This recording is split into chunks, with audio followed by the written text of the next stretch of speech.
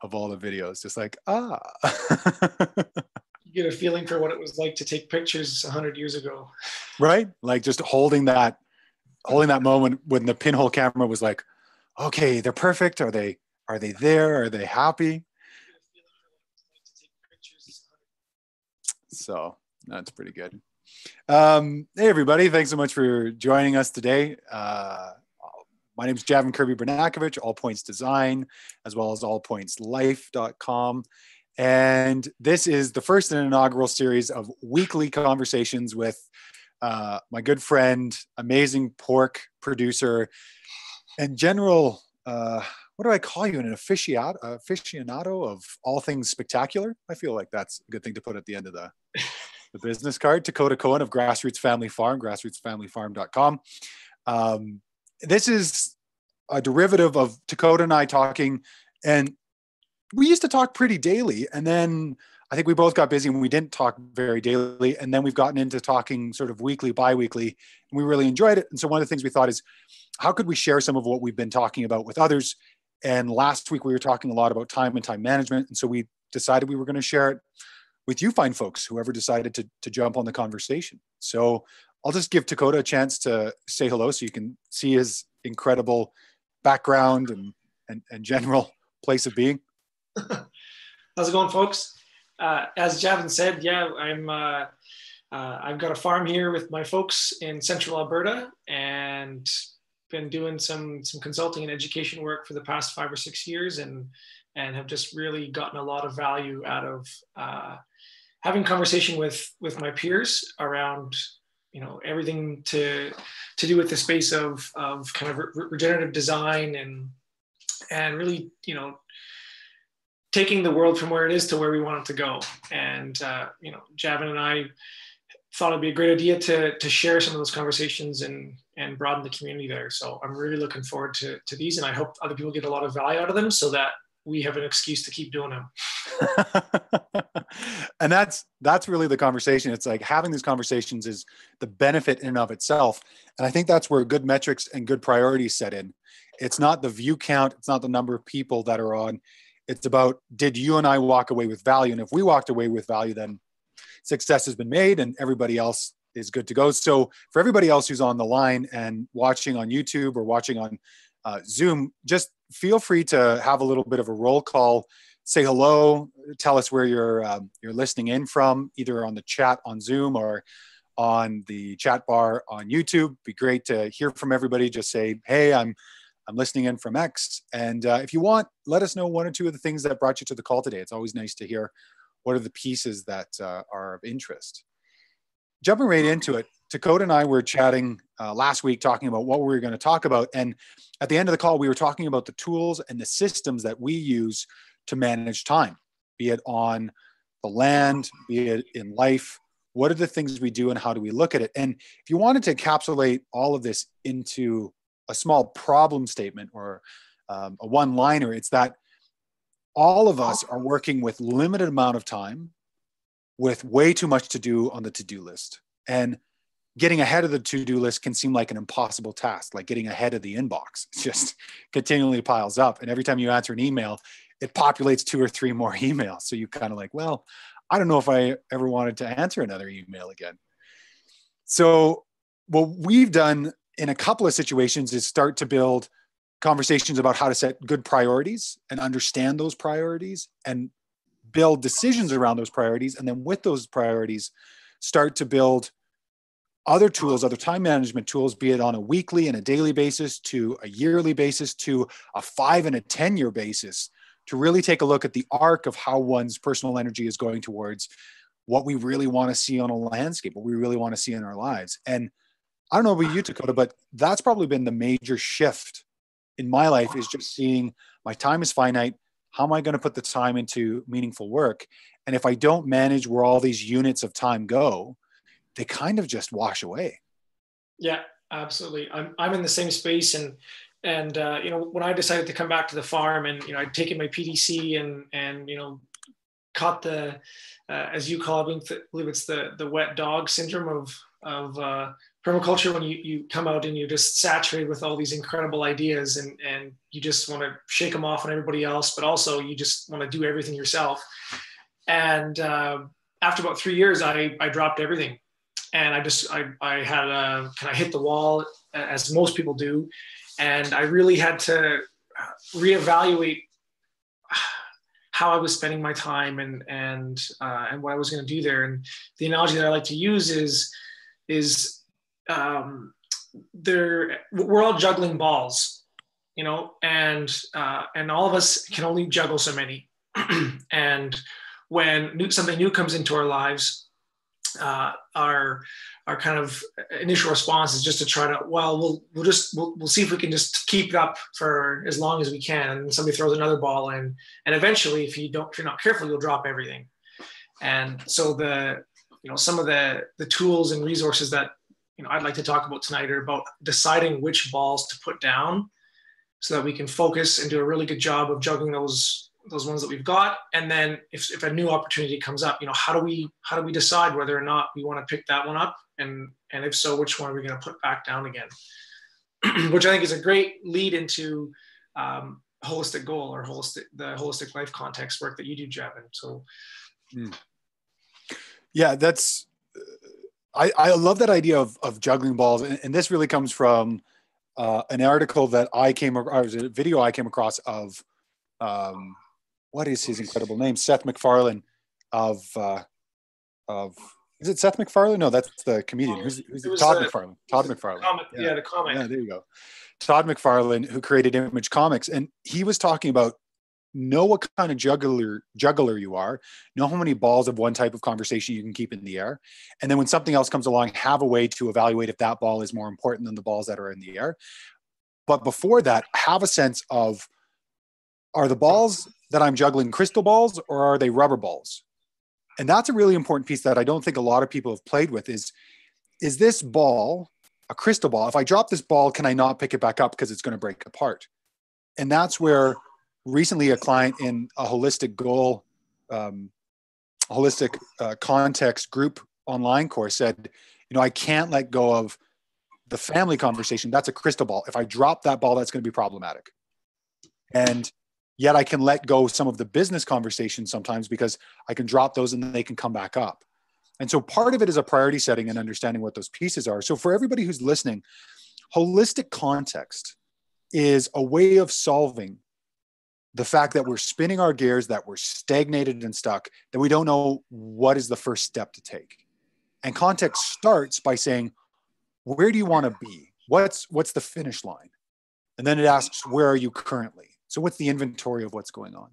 And then what do you need to do to get from X to Y to get to the finish line? And how are you going to know you crossed the finish line? What are the indicators that let you know? So for example, I was just talking with a couple of folks right before I jumped on here. Financially, they want to be stress-free. And I think everybody would raise their hand and be like, yep, that's me. I'd like to be stress-free. But then we said, great, well, what are you going to have to do to get there? Well, we're going to have to invest in budgeting. We're going to have to invest in using that budgeting conversation. We're going to have to spend less than we make, and we're going to have to invest in multiple income streams. Those are all generally good behaviors and systems to invest in. And then I asked, well, how will you know that's the case? And it was funny, they kind of got really quiet on the phone. Building this context with people, you get a lot of intimacy, but then you kind of feel these walls of, we're intimate, but we're not that intimate. And it was funny because they were talking about intimacy, and they were talking about how, well, actually it's intimacy. Like intimacy lets us know that there's not as much stress with money, which is of course the case, right? When there's not as much stress, you feel more amorous, you feel closer. I'm sure more intimacy was not exactly what they said to each other behind whispered words, but that in a nutshell is context. You get a sense of what you want. And then when this decision comes up of, should we take on $10,000 of liable debt to facilitate potentially an investment of infrastructure, of cattle, of a rental property, who knows? You then run it through a linear process of saying, does this decision address the root cause of my problem? Is it bringing me as close as I need to be towards the priorities that I've set out? Does it address a weak link in my system? Does it create a weak link? If we're comparing two options, is it the most profitable option? And then finally, is after all of that, because logic is the emotion pardon me, logic is the lubricant for emotions and emotions are the lubricant for logic. Does this make good sense at the end of it? So Takota and I have both been very keen on using holistic context to frame a conversation about whatever the project is you manage, be it your life, your relationship, your family, your business, your farm, and then setting good metrics about have we gotten there. And Takota, I worked with Takota a couple of years ago, and he revolutionized a lot of the work I was doing because, one, he's a very conscientious, forward-thinking individual, but he was very innovative by saying, okay, my context has to be really small and tight and lean, and it has to include a lot of metrics and indicators. And so I'm curious, Takota, if you want to talk a little bit about that, or if you want to like jump right into some of the time conversations and systems. Where do you want to take it from here? Sure. I mean, I can, I've got my, my kind of weekly planner here, and I can just flash up, like, so that holistic goal that Javan's talking about, this is what I use to make all my decisions. It fits on one piece of paper. And now that took the better part of 2.5 years and probably 5 or 6 revisions and re-edits and working with, taking 2 holistic management courses and then taking the Javan 6-week program. And that was the final edit that came out of my work with Javan.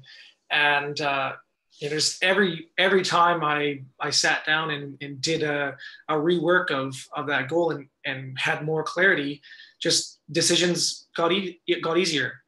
And I found that I was spending my time more effectively. I was saying no without guilt or regret, which is something that most of the folks I work with don't get to experience, and it's a real shame. So I guess just to without going into great detail about how to create one of those, there's lots of resources there. Javan does that in spades.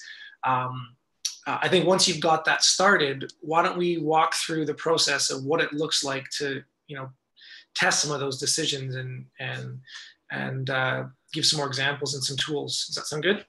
I love it. And I think if you're open to it, I think one of the decisions we should run through is the decision you had of potentially buying back or reinvesting your time, money, and energy into a portion of your ancestral family's property there, your parents' property, to bring that land back into the fold.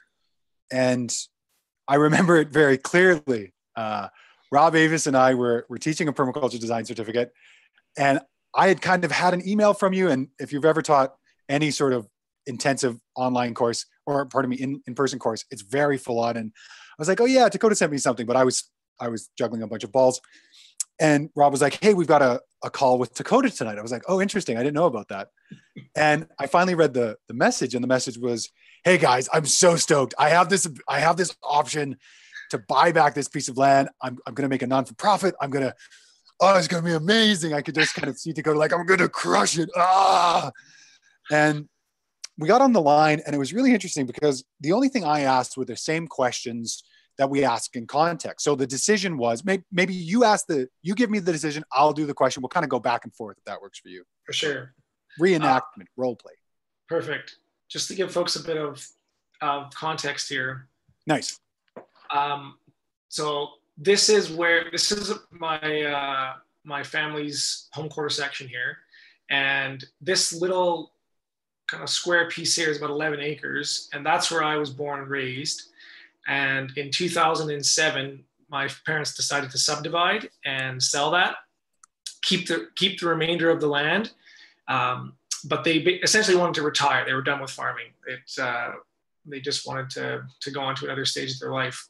Anyways, we moved away for a year, came back, and we've rebuilt from scratch this new yard site here since 2008. And around 2012, I decided that I wanted to come back to the farm. and we basically have been rebuilding everything that we had at the old property from scratch over the last kind of 10 years. And last summer? Mm-hmm. Yeah, last summer, this 11 acres came up for sale again. And we were given first right of refusal on the property. And, needless to say, there's a lot of sentiment and emotion and memories And, everybody in my family told me on numerous occasions, Takota, you have to buy that. You have to get that place back. One of the biggest regrets that everyone in our family has is having sold that place. It was just a beautiful, incredible property. My dad had built, this amazing barn, and all the infrastructure was there. And in a lot of ways, it seemed like it was and also at the time, I was realizing that I needed to have my own space and, build my own house or something like that to kind of go on my next journey. Cause we had been living in the loft of the garage of our next to my parents' house. So yeah, anyways, this opportunity came up out of the blue, totally unexpected. And I was pretty excited, needless to say. And I decided I wanted to reach out to my two best friends and mentors at the time, you and Rob there, and see what you guys thought about that. But I had already crafted, I had already decided that I wanted to do it. And I was already in the stage of, I'm going to ram this square peg through a round hole.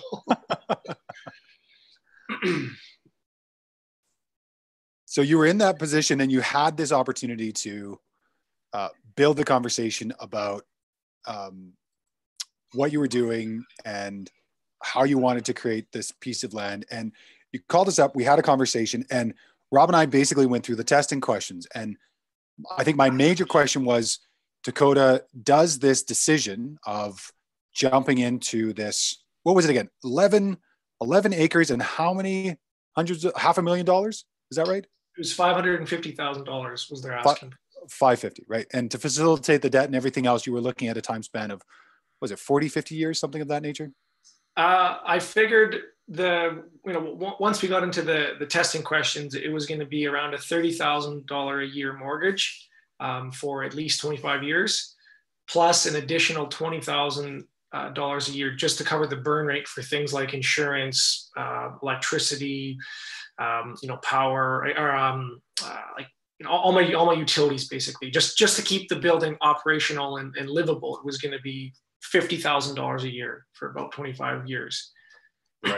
Right. I remember that piece, because as I was looking at the timing, I'm like, you might spend as much in the burn rate as you would with the purchase price, and the purchase price wouldn't necessarily go down. Yeah. And so my question to you first and foremost was, does this address the major root cause of the issue that you're currently facing within the hole you're managing within your life? Mm-hmm. And your immediate answer, I'm gonna say it to you just because I was feel like you might skip over this, was like, absolutely. And Rob and I were like, no, wait a second. What's the major weakness currently you have in your life? And you said, I can't remember. Was it that I need my own space? I need my own space. I need to have autonomy, and I need to have mastery over my life. Mm-hmm. And so you were ostensibly saying, I'm going to purchase $550,000 of debt, plus to facilitate that debt, $50,000 a year, to have that be the truth, to have mastery and autonomy. And yet it was one of the things in your context that I think saved the whole conversation, which was, you have a great piece in your context, which is, my life, I live my life in a way that I don't need a vacation. My life doesn't need a vacation from, because it's so enjoyable and incredible as is, right? Yeah, the statement is looking out for my sanctuary that is my life. Life happens in slow motion. Right. Yeah. So that was a great piece. And so you had this dream, and to realize this dream, you had to run it through a good evaluatory process, a filter to say, is this going to bring about the quality of life I want, versus is it going to get me the farm? Of course it's going to get the farm, but is it going to bring about the quality of life? Yeah. And as we went through, and as we were asking you questions, what was going on in your head? Well, of course, there's the immediate resistance of, this is my dream. This is, I have to make this work, and all the family sentiment, and there was a great deal of pressure from my family and also my partner at the time to make this work. But as I dug deeper into these questions and really relating it back to my holistic goal, it was becoming more and more apparent to me that this was a terrible, terrible decision. And what you said to me, why you emailed me actually afterwards, and you said the holistic context I built inoculated me against my own emotional biases within this decision. I wasn't able to be swung by the decision based upon my emotions or the pressure of the family, which I think we all have at certain times. The family's pressuring us. There's a decision here. There's a societal pressure. And it really allows you to kind of focus on what's the next step. And after that, I remember talking to you, and most people say it's like a ton off of my shoulders, but you said something to the fact it's like my entire herd is no longer on my shoulders, which was this, like, the currency that you speak in and you use was so apparent there, and you could feel it, right? Like, it was totally not the case. It was working across that. And so you've gone on from that decision, and you've made some really good decisions. But what I find so incredible is that you've now been really good at not only delineating the tools you used from time management in your property by reducing the amount of time you spend on all of the different chores and the conversations, but you've also played that out into the larger scale. So maybe what we do is we've had a conversation about a good decision, context, why it's important, why it's the first step. Context is the first step. Make sure what's important first and foremost and what isn't. And then you'll have a chance to be able to make decisions based upon that. And then you moved into some pretty rigorous planning from your land and your life to make sure that the time you were spending was going towards your goals. How did that play out? What did you do to make that happen? Well, one of the things that I found really useful was something that our other friend Rob had shared with me.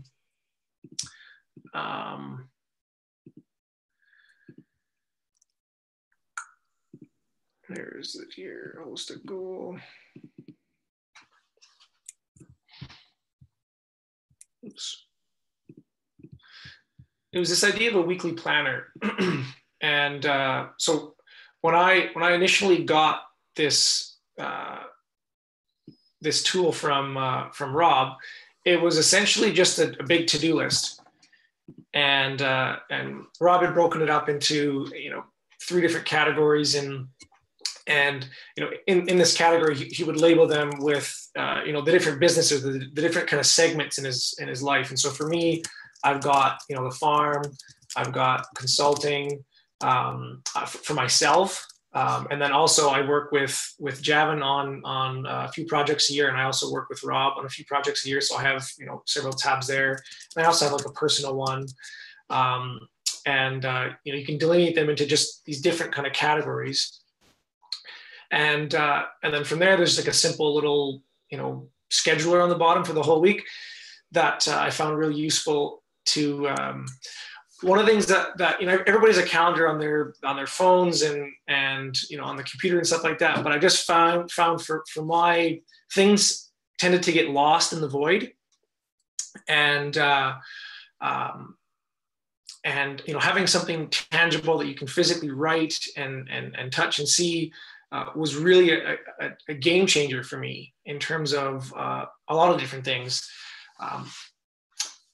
One of the biggest ones is I think a lot of people, myself included, struggle with the work to kind of personal life ratio. And just like if you're self-employed, if you're an entrepreneur, you work 24/7, 365, and you never shut off. And one of the reasons why I was doing that at the time was because I didn't have a good system of managing my to-do list. And I was worried that if I ever stopped working, I would drop a ball.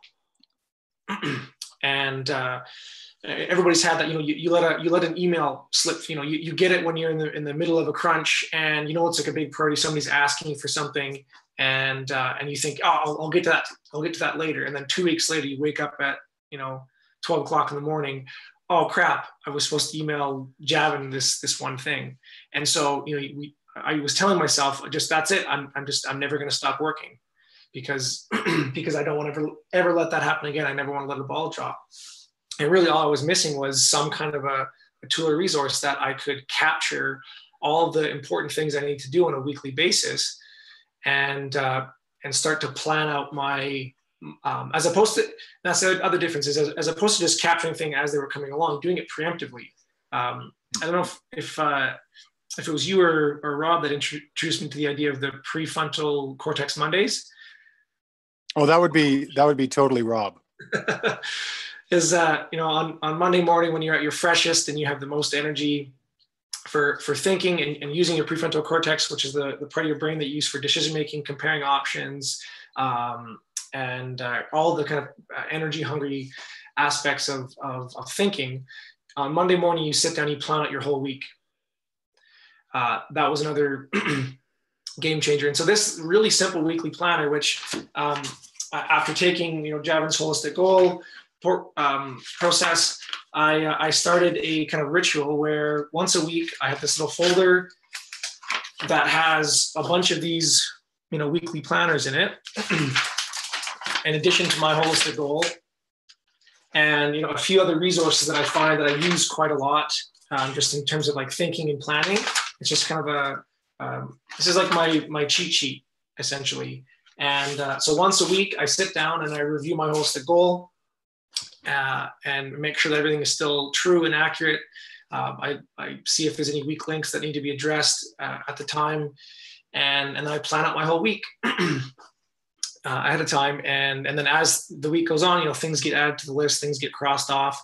But at the end of the week, when the weekend comes, and it's easy for me to shut down and take 2 days off and not worry that I'm going to forget something or drop a ball, because everything's captured in an easily accessible place. And then next week I start the whole process over, and I just carry everything over with me as I'm going. So that was how we started out with that program. And then the other thing that I added on to this, Takota, before you jump to the next piece, I just want to summate a little bit what you said, because you had some really good points there. Mm-hmm. So what Dakota's talking about is, once you've taken your context, it's about bringing it back up and always keeping it top of mind. What are the priorities? What is it I'm working on? What's important? And then within that whole, if that whole you're working with, if that project, the context that you're working on is your life as a consultant, as a farmer, as a designer, you've got projects. You've got a number of projects you're managing, a number of projects you're trying to improve upon. And the thing about this incredible analog context is you're taking what's happening on the biggest scale possible, what you want to be true about your overall life, your overall farm. And every single week you're sitting down after you've had time to recuperate, after your prefrontal cortex has had time to cool off and is at its highest capacity. You're saying, great, this is 1 out of 52 weeks of the year to make sure what happens in my life happens. What's the most important things that need to happen? What are the things that if I let the ball drop is going to be problematic? And in that, within those 3 categories or 4 categories, and there's lots of different things to add within here. You then say, okay, so for this project I'm working on, these are the things that absolutely need to happen. For the work I'm doing with Takota, this needs to happen. I need to get him this. For the garden that's being installed out back, I need to do this, this, and this. And then in the bottom right-hand corner, the original one, the one that I have, the one that I've been using, has, what are the top 3 commitments for this week? What are the things that absolutely have to happen? And then within that time frame, you're starting to put that first, make sure that the most important things are done that move you the furthest along the conversation. And then everything else gets placed into that bottom weekly scheduler. And what's so fascinating about the weekly scheduler, something that I've been innovating with, is all of the minutia of life. We tend not to plan. We don't plan the chores. We don't plan the chores if they're in the field or if they're on the computer with emails and sales and getting back to requests for produce or getting back to requests for designs.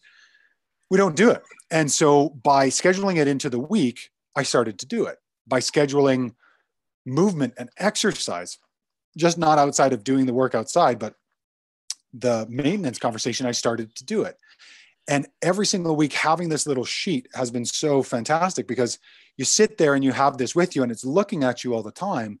it's not just a calendar you can turn off. It's there, it's physical, it's tangible. And I think that's what's been so incredible. And again, full credit to Rob Avis of Verge Permaculture and Adaptive Habitat for innovating on this and then generously sharing it with Takota and I, is that you have a visual reminder every day that this is what's important. And at the end of the day, you look, okay, what did I get done? Did I get done what I was hoping to? And everything goes to the next week. And then anything that's at the end of the next week or end of this week goes to the next week. So it's always kind of filtering through and being able to be addressed. And I think that's the genius of this.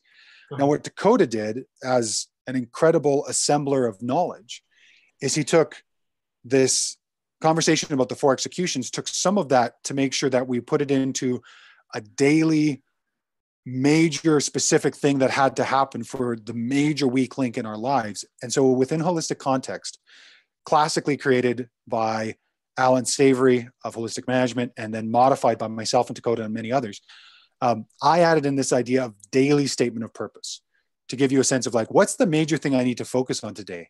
And that's derived by your major weak link. What's the major weak link within the thing you're managing? If it's your life, it could be the finances. If it's the farm, it could be that there's a water issue. But then saying, okay, today the water's fixed, or today I've solved the water situation. And from that, there was directive off of that. And Takota took that idea and then put it into a point-by-point methodical process to make sure that the most important thing that needed to be done in terms of time frame was done every single day, or in this case, every single week. Absolutely. One of the things that I had taken 2 6-day holistic management courses prior to taking Javan's program, and they're great. There, a lot of information in there, but I found that the goals that I had created there, they sat on the shelf, and you spent all this time and energy, literally 6 days, creating this thing that was supposed to help you make better decisions and all this stuff, but there wasn't any process or kind of routines around like how to actually apply it. And the major insight that I had after doing these weekly planning sessions and also the holistic goal reviews on a weekly basis, I came to the realization that the true value of a holistic goal is only if you are using it to reflect upon how the quality of your decisions are affecting your quality of life. The only value that a holistic goal has, in my opinion, apart from, I think there's 2, is one is making better decisions in real time, but the other one is in the reflection, is looking back, when hindsight's 20/20 and saying, oh yeah, I decided to make that decision and here's what it got me. And this weekly review process has the retrospective and the preemptive built into it, and it's just been an incredible asset. and that's what I think is so incredible about you and our collaboration after working with me as a client, is that you took the innovation of every week take a spot check, every week take a look at your decisions, and brought in the daily planner, which we had both brought in but hadn't necessarily completely connected with context. And then you took the idea of the daily statement of purpose and said, okay, I'm going to focus on what absolutely needs to be true in the future specifically and turn it into an actionable plan every week. So if you're open to it, I'd love to have you explain the right-hand side of the sheet that you innovated. For sure. One of the things that I found most valuable in Javan's holistic context work was, as you were saying, his daily statement of purpose. The previous holistic goals that I had created were essentially run-on sentences.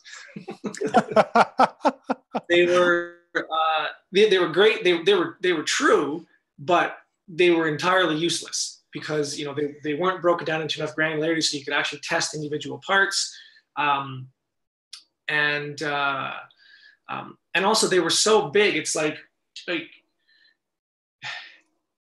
it's like basically you're saying this is where I want to be in 50 years, and that's it. And it's like, so there's this huge grandiose vision of what your your future land base and all your different forms of capital are going to look like in the future in order to meet your your quality of life needs. And then it's like, all right, great, let's get started. And you have no idea where to start. And so Javan's kind of one of the innovations that I got a lot of value out of was this idea of the daily statement of purpose. It was like, if there was, what's the one thing that's like the anchor that's pulling you the hardest down, and like right in this moment, it's yeah, here's where I want to be 50 years from now. But right now, based on what your values and your vision are, what's the one thing that is that if you made a small change to it would have the biggest impact on your quality of life right now to get you in that state of feeling like you're winning, and just that you had a sensation of moving forward. And I really liked that. And so, Javan had this process of taking it and writing it on a piece of paper, keep it in your pocket, putting it on your home screen on your computer, and putting it on your cell phone so that you saw it 50 times a day. You're just training your brain, literally getting those circuitry to start building up. And I really, really liked it. And I got a lot of traction out of it. And I don't know where I came across it, but it was in Cal Newport's book, Deep Work. He mentioned another book that he got a lot of value out of, which was a book by Stephen Covey and so his associates, called The 4 Disciplines of Execution. And if folks are interested, there's actually there's a few little videos, as well as a free PDF that you can get online. That's kind of like a summary of the book. It's great. I don't know if Javan, can we throw a link up in the chat or something, or definitely for that guy? But it gives a really good summary of what the 4 disciplines of execution are. And essentially the whole purpose of this book is that, the reason that organizations are struggling, and even individuals, is not because of a lack of goal setting. It's because of a lack of execution. Everybody has gone through those visioning sessions and let's plan out the next 5 years, and like these big grandiose things, and like they feel great, but a week later everybody's forgot them, and you get stuck in the whirlwind, as they call it.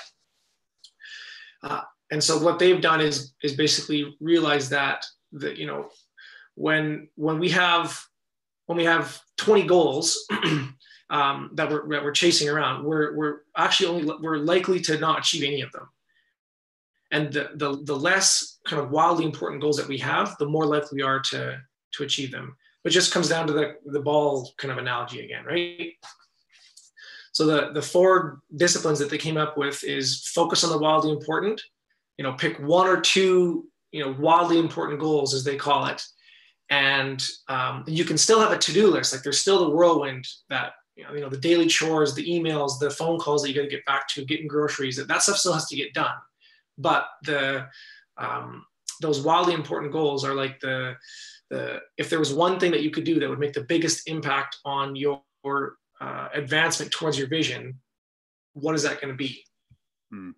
The second discipline is act on the lead measures of those wildly important goals.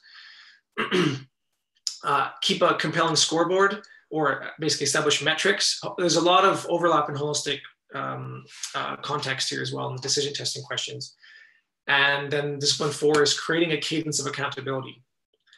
And so I read this book. I watched about. There is an additional book that you can get as well that's a little bit more in depth, and they get a lot of examples, and it's also really good. But this little 80-page summary is a great place to start, and it's freely available online. After going through this process, just things kind of just clicked for me, and it was like, oh man, there's this planner that helps you to create a cadence of accountability and keep a compelling scoreboard. And Javan already has this awesome process that helps you focus on, and it's also like this lead measures are. So the wildly important goal is our lag measure, and the analogy that they use is say you want to lose weight and you want to lose 50 pounds by Christmas. That's your goal. That's your lag measure. It's your wildly important goal. But if all you did is stand on a bathroom scale every morning watching your weight, you're not likely to achieve it. You're not likely to lose weight just by standing on a goal. So you have to establish, what are the leverage points, or what are the indicators that I can monitor or influence that are going to get me to where I want to go. So the rules of what a lead measure is that it has to be directly influenceable by you, and it has to be predictive of the wildly important goal. So the analogy, again, coming back to weight loss, is what are two lead measures of that are predictive of you losing weight and are also directly influenceable by you when it comes to weight loss. It's calories in and calories burned. So it's how much food that you're eating and how much exercise are you getting. Those are two lead measures that relate to your wildly important goal of weight loss. And so, as opposed to focusing on the goal, which is what most people do, which is weight loss, we focus on the things that are going to get us to achieving our goal. And it seems obvious, but particularly in farming, I found that everybody's focusing on the goal. Soil health is a big one. Everybody focuses on soil health right now, and it's this big buzzword. And so people are buying compost teas and sprays and amendments and all these things that aren't necessarily going to get us to soil health unless some of the lead measures change as well along with that. So anyways, there's this is the kind of framework that they developed, and my only innovation was just to put it on this all in one place, so that all the stuff that I'm doing on a weekly basis is right there and ready to go. So do you have anything to add there before we kind of walk through an example of this? Yeah. So I want to I know somebody's on this call who was really talking about the fact that animals sold was currently the major weak link in their ranch.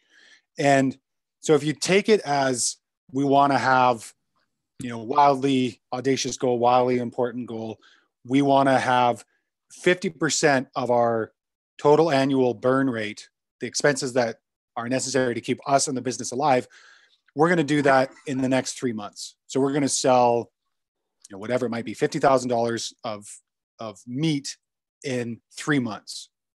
So the money at the end of the day would be the lead indicator, but the lag indicators would be number of people who are interested, number of calls that are coming in, number of responses that are going out, the amount of completed transactions that are coming in. And that's a really important thing to kind of understand, that lead and lag measures. Lead is the total end goal to know that you crossed the finish line, but the lag is how you actually, trim the direction as you're going along. So if you have an incredible business and your point is to be incredibly successful, okay, well, that's the big sort of meta understanding. The holistic context or the purpose is my business creates value for myself and my clients. You may have quality of life statements around the idea that my finances take care of my family and takes care of the business itself. You may have behaviors and systems in there, but then you get down to, okay, well, how do I make this happen? Well, what do I need to do? Where do I need to be? Well, I need to be at a place where I'm making X amount of dollars. So that's the finish line. That gives you a sense of part of the wildly important goal. Then you need to have a sense of where you currently are. Well, currently I'm at $10. So $10 to 50 grand. You got $49,990 to go. Good. Like, you see the track, you know where you're going. And I want to have it done by 3 months. Okay. So to get there, what is going to be the lead indicators? Lead indicators are total sales on the sale board. That's what lets me know how much of that goal, how close I am to the finish line. But how do I know if I'm making any strides? Well, the inherent things that are necessary to make money is I need to have people who are interested in the product. I need to have views on the web page. I need to have phone calls coming in about food for product for sale. I need to have conversations with individuals, and those might be some of the lag indicators. And that's an important thing to think about, is that in each of these situations, it's going to be a little bit different. And then, so this week, what's the most important thing I can do to get out there? Well, I had 4 or 5 people who called last week. If I get back to them, there's a chance that a good number of them are going to turn into sales. If I talk to them directly, even more so. Okay, I'm going to prioritize those conversations. And that's going to be this week's commitment. And you may get that in the very first day. That thing frees you up because you've done all the energy you need to go to that end goal. And I think that's an important piece for everybody listening, is that it's going to be different for each of us. That wildly important goal is, where am I now? Where do I need to be? What's my deadline? The lag and the lead indicators. Lead indicators is, how do I know I crossed the finish line? And how do I know I'm making any strides towards the finish line to start off with? And then that last piece, the commitment, is like, what am I tangibly going to do today? And so, Takota, if you're willing, I know you've got a wildly important goal that you're working on right now, and it'd be great to see another example. For sure. So my, I guess another part that we haven't really talked about here is this this kind of little wheel of life idea, which comes from the 8 Forms of Capital, which is Ethan Rowland and Gregory Landau's work. That I believe, you turned it into the wheel concept, which I really liked, and I thought, when we're trying to address what our weak links are, like, first I was like, what's our wildly important goal? How do we even find that? And whenever I'm at a loss, one of the things that I do is I look into my 8 Forms of Capital in relation to where I want them to be as part of my vision, the kind of the end goal. And I look and I say, which one of these right now is most negatively affecting my quality of life? Which one of them is weakest or lowest? And it's just a really great tool for assessing what your wildly important goal is if you're at a loss. And there's tons of great resources that Ethan Rowland and Gregory Landau have done on this topic, and I encourage folks to go and grab some more information there. Once you've figured out what that is, what your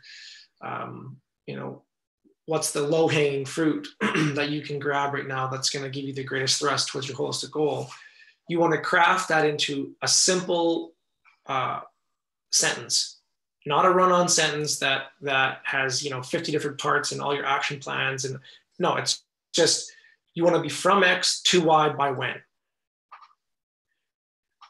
For right now, the wildly important goal that I'm working on is I'm currently building, planning, designing, and I'm going to be building a house this summer. So my wildly important goal is to be, it's a small, very modest house. So my goal is to build my house and be moved in by September 30th. That's my from X to Y by when. And the importance of having it clear is so you can actually measure it. If you just create this vague statement, it's never going to get done. From there, you want to establish lead measures, which are going to are the things that are influenceable by you and that are predictive of you achieving your goal. So the things that I have control over, I have agency over in my life, that are going to allow me to be moved into my new house by September 30th, are, for right now, is the time that I spend, and I call it deep work time, which is when my phone's off, email shut down, and there's no disturbances. And that comes from Cal Newport's book, Deep Work. So the lead measure is time spent in deep work designing my house right now. That's one of the lead measures that I have.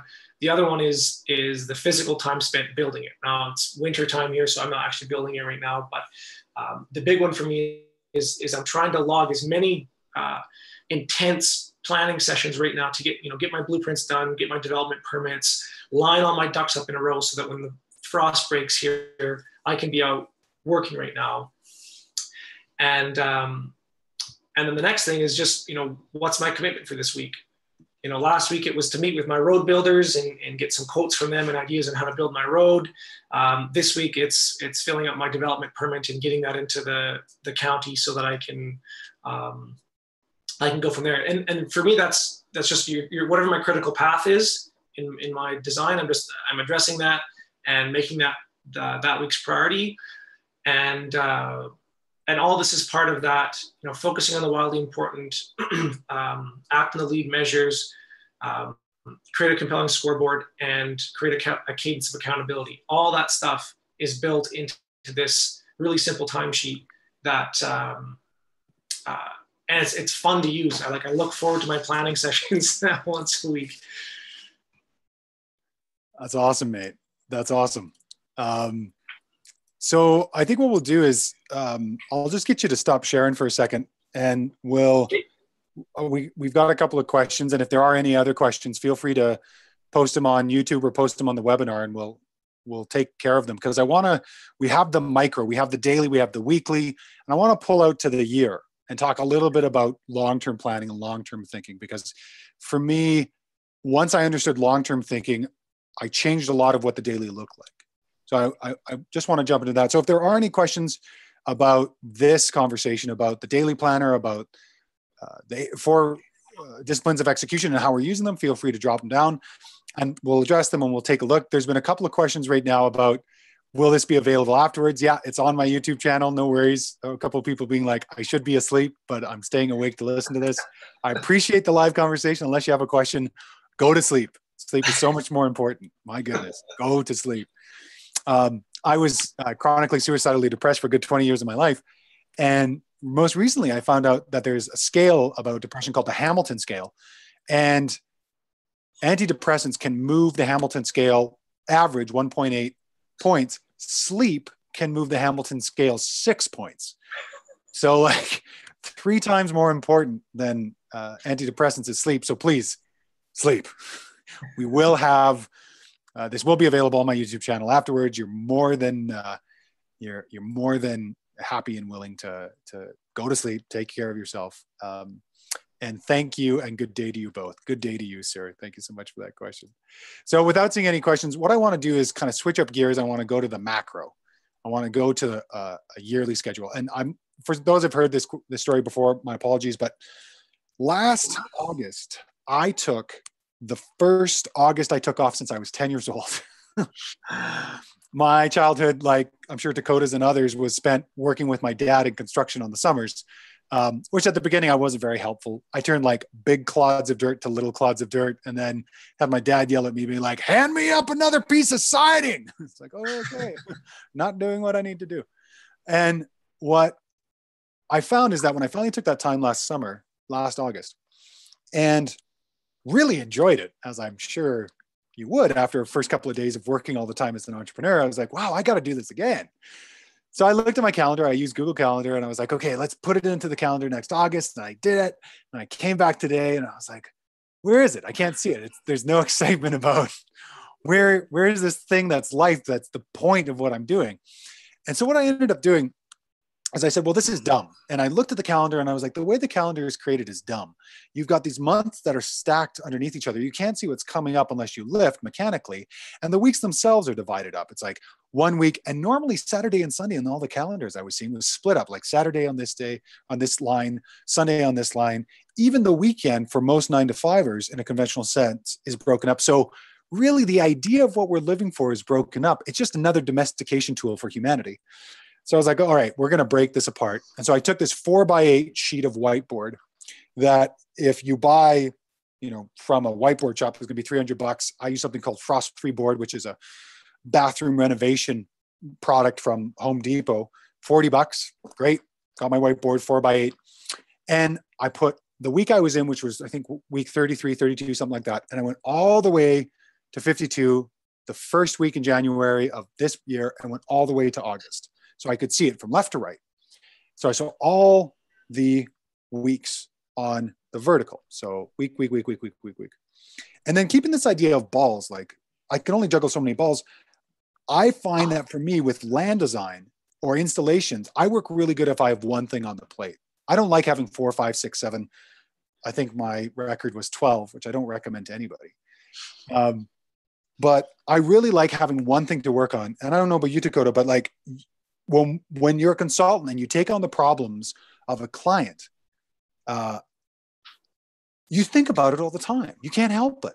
Like, you're thinking about their watershed, you're thinking about their animals, you're thinking about their soil, you're having these moments. I work with a number of folks with holistic context and life design. I was just talking with a client the other day being like, I was thinking about you all week. To which he nervously laughed. And I was like, no, it's a good way. I was thinking about this, this, and this. And I had these kind of epiphanies. And that's what you want. That's an indicator, as we've been talking about indicators and metrics, of a good consultant, somebody who adopts your problems and thinks about them. And I was thinking, I really like taking on one land design project at a time. That's the ball I like to juggle. So on the horizontal, I then put land design, and I made sure that I only had a block of land design that was available or active at any one time. And then I had life design, and I had a certain number of people I work with, and I had outreach, and I had a certain number of people.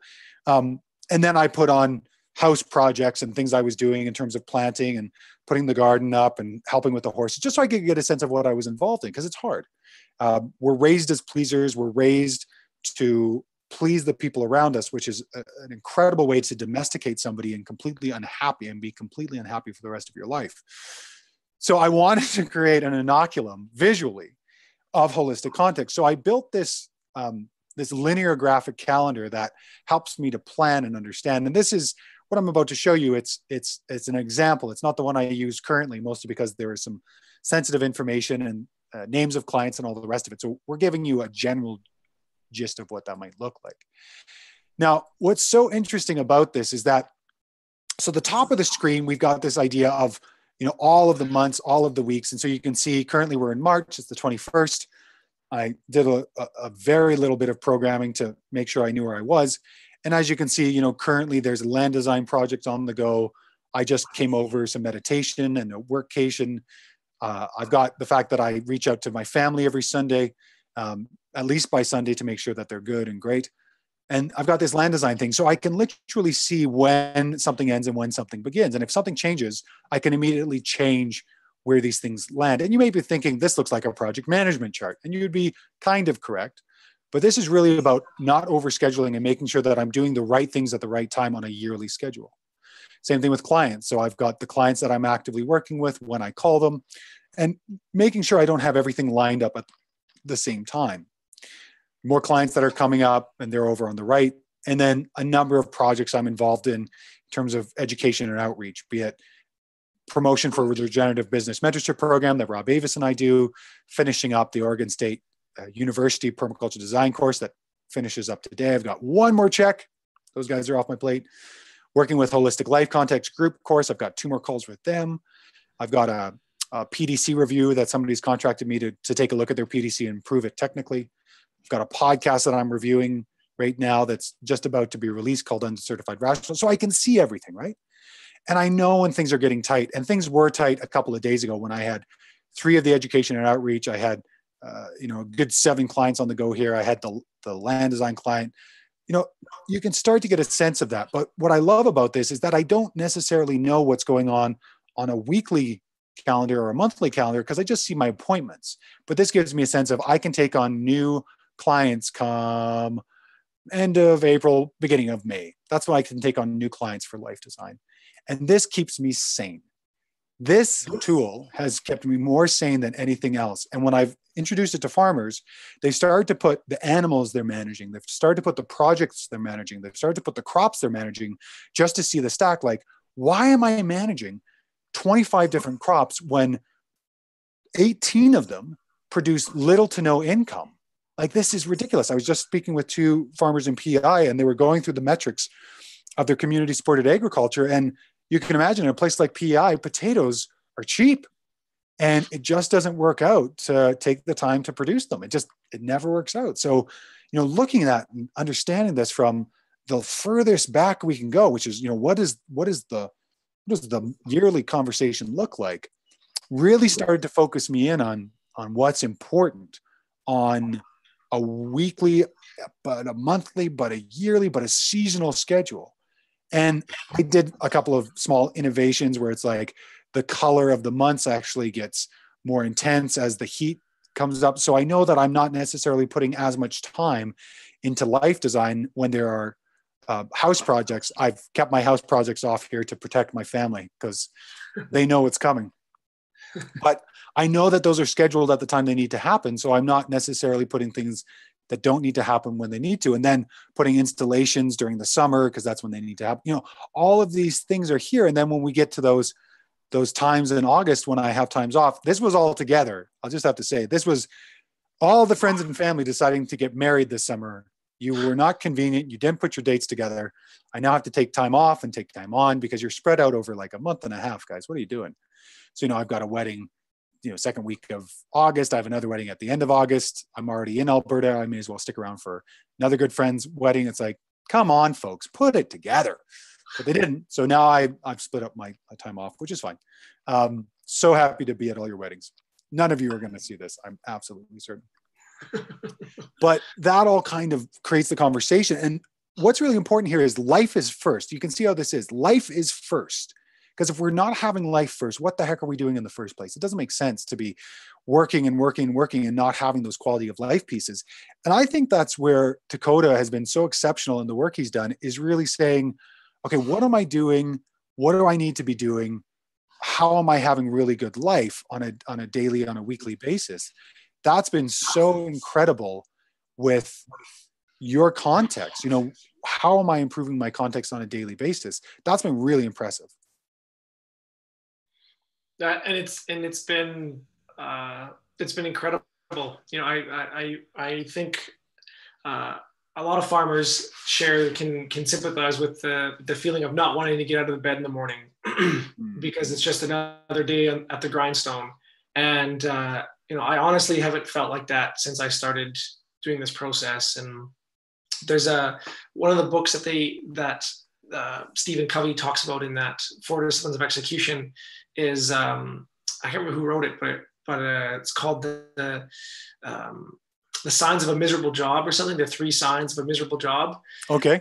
And they all come down to basically like a lack of acknowledgement, a lack of feeling like you're like what you're doing is relevant, and just it's basically just measurement. They're all measurement things. It's like when I worked in construction for 4 years, it was a very satisfying job because every day when I pulled away from the job site, I got to see the work that was done that day. And it was like this physical thing. And it was like, yeah, the roof wasn't on, when I got there that morning, and now it is, and it's sheeted. And every day you got to see the steps going ahead. And yet when we get into things like farming or thought work, like consulting or, the life context work that you do, sometimes it's hard to see those, that progression and the growth of our ideas. And so you start to get, unfulfilled and you feel like you're not going anywhere, and then you just lose track of where you were going in the first place. And so, these tools, whether it's on a weekly or a yearly basis, really help to put things back into perspective. And, like for me, it's made this work fun again for me. That's a great piece. I found something really similar, that as I've been doing this work and using these tools, I feel like I've taken the autonomy and the mastery that's talked about in those signs of miserable job. I've readopted them. I've become, again, the designer of my life, because if we don't design our lives, somebody else will design them for us, guaranteed. And it'll be for their benefit, not for ours. And you have these tools and you're designing your schedule. You're saying, what do I want to do when, in what way? Because I love it, because it's exciting, because it's exceptional. And that's where, be you a farmer, be you a designer, be you a gardener, be you an urban gardener, like just somebody who goes and does maintenance, making sure that you put life first and then building out the context from there to see, okay, I've got this much time to work. What's the highest value offering I have to offer the world? And who are the people that will pay me to do this work? It's a really different way of looking at it. It's saying, what do I have to work with, and who am I going to offer my work to? And I think this is interesting with you, Takota, because you're this exceptional brand of farmer. You were farming since you were 5 or 6 or something ridiculous like that. You have ingrained conversations about farming. You have an open toolbox and open mind. So you've built a lot of, meta skills. And I would say anybody who's interested in farm design in Alberta, I know you're trying to stay close to home, so I won't say anywhere in the world, but in Alberta, I know Takota is quite keen, and he's also interested in teaching this new process he has called holistic land design. We both have the same acronym, I tell you. He has a great process of going through what's called the scale of permanence that me and him and the agrarians have been working on and developing. And great kudos to Darren Doherty and what he's done with the scale of permanence with the agrarians platform, is really to allow people to bring up their own conversation. Like, what is it that you're doing versus trying to give people recipes and more give people principles and practices. And that's a really important piece that I don't think people really talk about all that much, but it's an important piece. I see we have some questions, mate. So how about we take a couple of questions and maybe we'll just wrap up. I know it's late in both of our places and probably a good time to kind of wrap up, unless there was anything major you wanted to make sure that other people had in terms of content. No, I think that's a really good conversation. Why don't we dive into these questions we've got here? Okay, sounds good. And for everybody else who's listening, Takota and I are going to have these conversations every week. It's going to be next Tuesday, 6 p.m. Pacific Standard Time, 7 p.m. Mountain Standard Time, whatever time that is for you. If you want to jump back in, we're going to continue to talk about the things that we really like to talk about. And it's probably going to sound more like a conversation between us. And we're going to reach out against the fourth wall and be like, anybody out there have any questions about what we're talking about or want to add? It's really about creating a good conversation. So this has been definitely more didactic, like, here's information. We hope you like it. But if somebody is like, oh, I want to go more into that, we're interested in that as well. But generally it's us playing. So we've talked about taking a look at how we work with Google Earth Pro. We've talked about some of the issues we've seen. We've talked about taking in some of the major improvements that we've had within our businesses. We just want to share and get people up and moving as quickly as possible because we need everybody in action as soon as possible. So I think that's enough. Shall we leave it there? Or is there anything else you wanted to say about that, mate? Oh, that's great, man. Yeah. Okay, cool. So let's go back and forth here. So we've got Raleigh. Raleigh's so great to have you on the call here. Have you both internalized the testing questions and do you run every decision through your context? Great conversation. So holistic context for me is the training wheels. And you spend a lot of time on the training wheels because it's wobbly and you're like, I don't really know what I'm doing.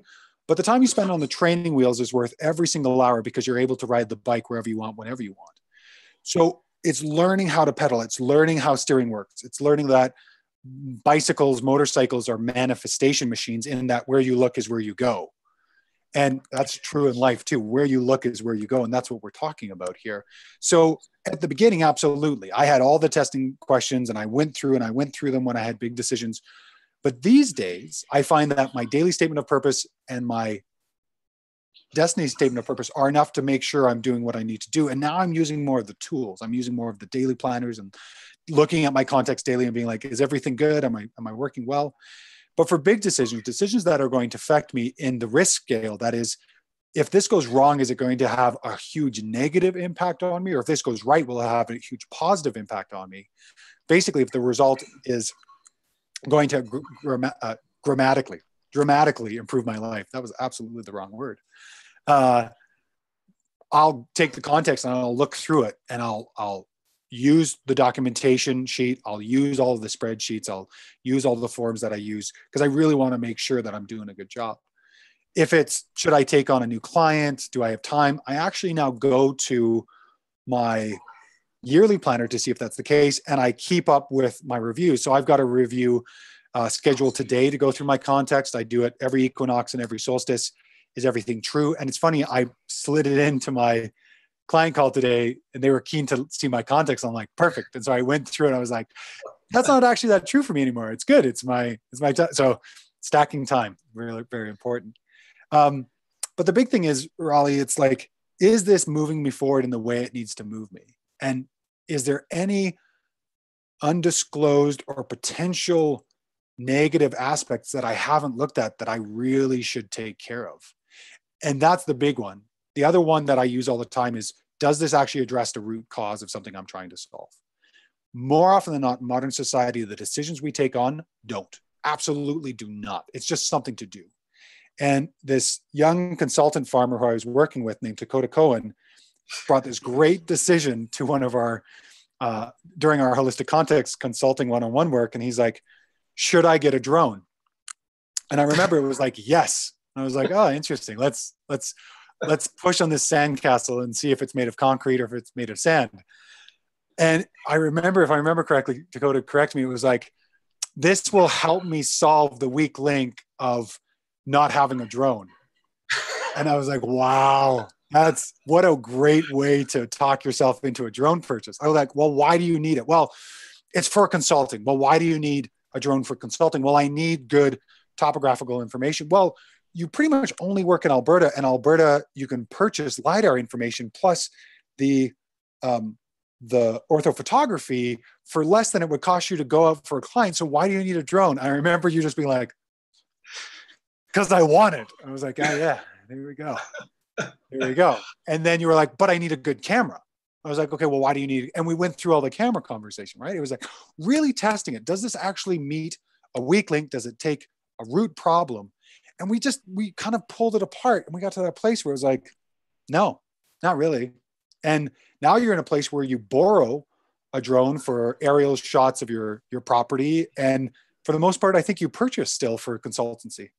Yeah. It was the best, another really, really good decision, because I think it was like a week later, they changed all the drone laws and made it basically impossible to fly a drone anywhere anyways. So, but coming back to that point there, and to answer, what's his name? Raleigh? Raleigh, yeah. Raleigh. The question there is, and I asked, this is something I asked Javan when I was coming through his program as well. And I think it's particularly important, as Javan said, to practice on those training wheels. But I also think it's really important to have a spotter there, to have somebody put, holding your shoulders when you first get on the bike for the first time, because and I noticed this pattern in myself and everybody else that I've worked with, and also in all the holistic management courses that I've taken. The first time you create a holistic goal, and the first time you use it to test the decision, you use it to rationalize what you've already decided. Yes. Well said. Well said. You do. And so this is critical. The first time that you use the testing question, have a friend, a partner, a peer. Javan does hourly consulting and stuff like that, just one-off stuff. I guarantee it'll be the best money you've ever spent, or the best time you've ever spent with somebody else, to have somebody ask those brutally tough questions to break down our egos. Because there's one of the things that I've noticed in myself is, like, when we come up with an idea, it's like it's ours, we own it, and we're proud of it, and for us to have that idea proved wrong is ego death, and it sucks, and we don't want that, right? And so we'll do anything we can to rationalize what we think is a good idea, and serve us. But the cool thing is it doesn't take very long. For me, it was, I think that drone the drone conversation I had with you, and the house decision I had with you and Rob, those two things demonstrated the value of actually using it in a kind of non-biased manner. And from then on, I mean, I think we've definitely had a few other conversations around decision making, and I've reached out to both you and Rob just to kind of get feedback. But after those two kind of sessions that I had, I didn't need somebody to be to hold my shoulders anymore, and I could test things by myself. And I had the kind of courage, or I don't know what you want to call it, the foresight to really ask those hard questions of myself. And now I'm happy to say, just like you, that I don't pull up those decision testing questions for every little thing. And I've built the neural networks in my brain, and I have this kind of intuitive sense of what my destiny statement is, and what my daily statement of purpose, or what my wildly important goal is. And it's almost on a gut level. And only when I need to really dig into it do I pull up the testing questions, or if it's a really big decision, like Javan was saying. But I highly recommend getting somebody else to ask you those questions the first time you go through it. Great question, Raleigh. Thanks so much for that. Really appreciate you asking. Yeah, it's interesting. We can rationalize to ourselves. We can say no to the questions within context, and then we can pass a decision. I was working with a client recently who did that. They said no to themselves to the testing questions, and then was like, well, I guess it's passed because I wanted to.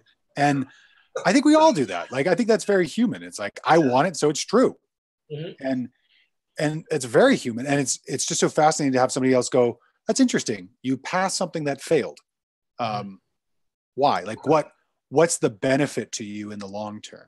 The benefit is you're producing a habit of misleading yourself. Sometimes it's full on lying to yourself, but it's misleading to yourself. And that's really problematic in the long run, really problematic. And it needs to be really addressed because you can put yourself at big risk. And this individual is incredibly intelligent and so capable, but it happens. Like, we're born in this way. We're not taught how to make good decisions. We're not taught how to discern the way forward. And it's problematic. So I think that's a really good piece. And I really appreciate you bringing that up, mate. That's brilliant. Next question. Would you make this sheet available? Yeah, sure. Why not? I've got it. I've already done that. I've put it in both of the webinar and the chat there. So if you want to take a look at it and use it, go ahead. It's view only, which means that you can't screw it up for everybody else, but you can make a copy. And once you make a copy, you can use it. So that is the thing I've learned about sharing things online. Do not share editing privileges. So feel free to use it. If you innovate, if you use it, the payment for giving free access to this is if you use it, you got to give me a ring and be like, it worked great this way. I've innovated this way. This was amazing. You got to give some feedback. That is your payment. You are on the hook to pay. And using and reply are your payments. We've had a couple of conversations. Can you tell us again when the next call is? This has been so awesome. Thanks so much, Bobby. Thanks so much for the feedback. We're going to be online next Tuesday, 6 p.m. Pacific Standard, 7 p.m. Mountain Standard, or wherever the time is for you. Takota and I are going to continue to talk about the things that we think are important, that we don't necessarily know that people are talking about, that aren't talking about the regenerative ag space, that aren't talking about the permaculture space, just things that we think are rational. Rob and I are creating this Uncertified Rational podcast, which I'm sure Takota will be a guest on. I might even just take this whole thing and just put it right on there, because we're doing a lot of profit parroting. And by profit, I mean PROPHET.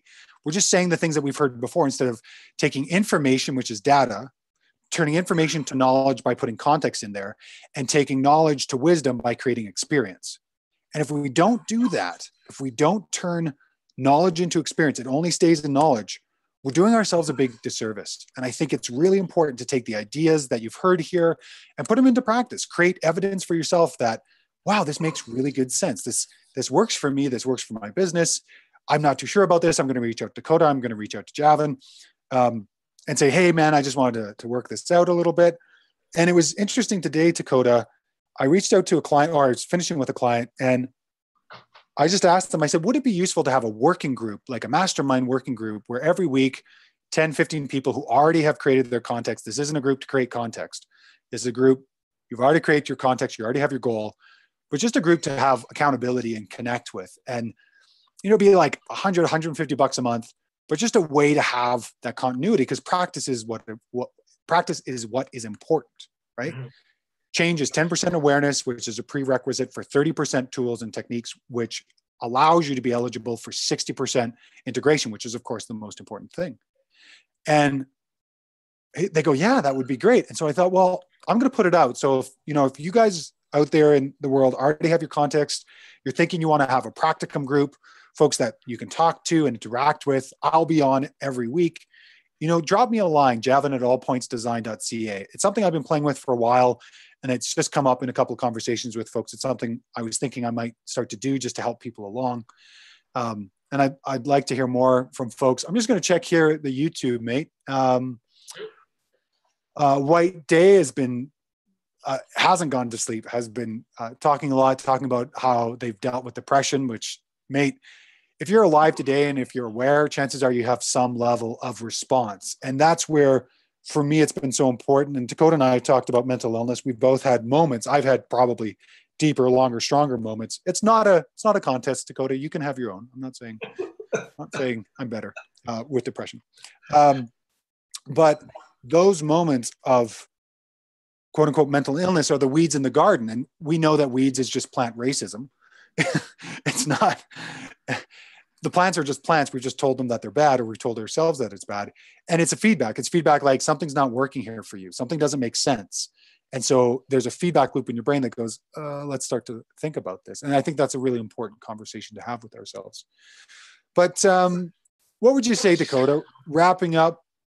Do we have bumper stickers? Do we have slogans? Do we have final words of wisdom? What do you have to say to the fine ladies and gentlemen and all the rest of you fine folks who are out there? Just on the nature of time, I'm partway through a book called Scale right now by Jeffrey West. And in the book, he talks about how if you give him the weight and the size of any animal, or insect for that matter, or basically anything biological, he'll tell you exactly how long it lives for. And so as humans, we have, barriers on how long we can live. And he actually has metrics in terms of like how many times your heart can beat. And I can't remember what the exact things, but it's around 1 million beats or something like that. And every organism has kind of like the expiry date built into it. And so like time is our most valuable asset. And, we were, as Javi mentioned, we're here to live, not to work.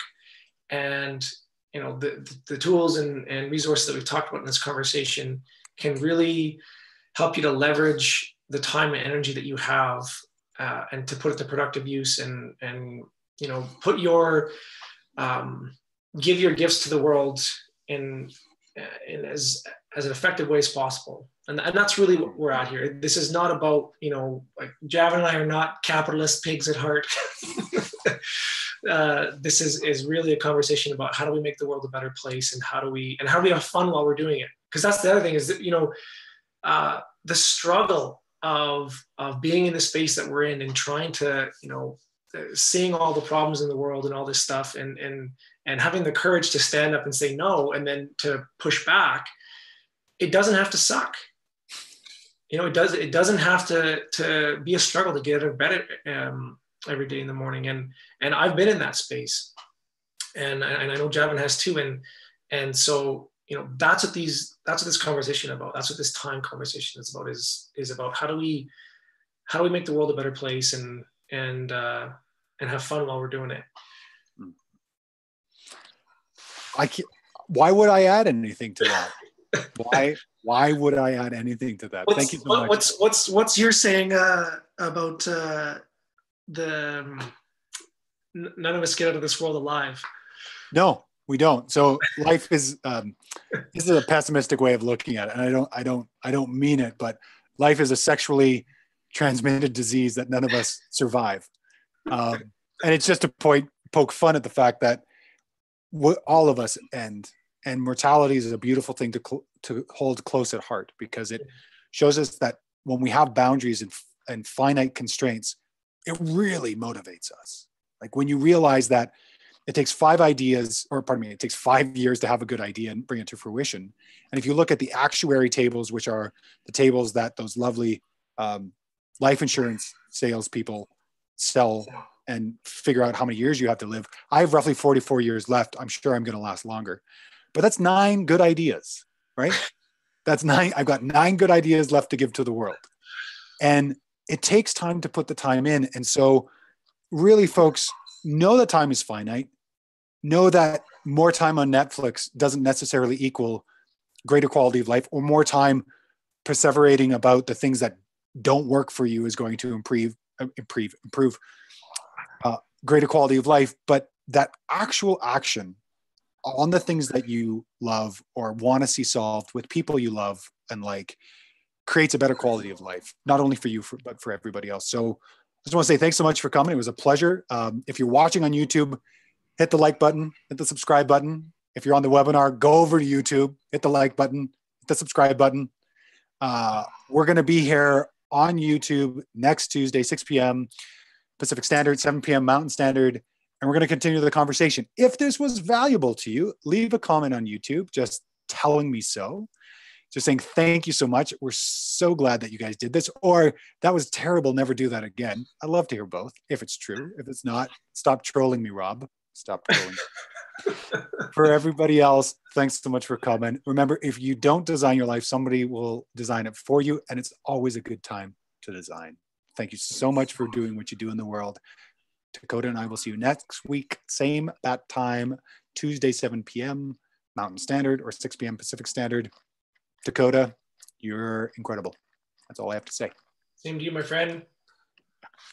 Adios. Thanks so much, everybody.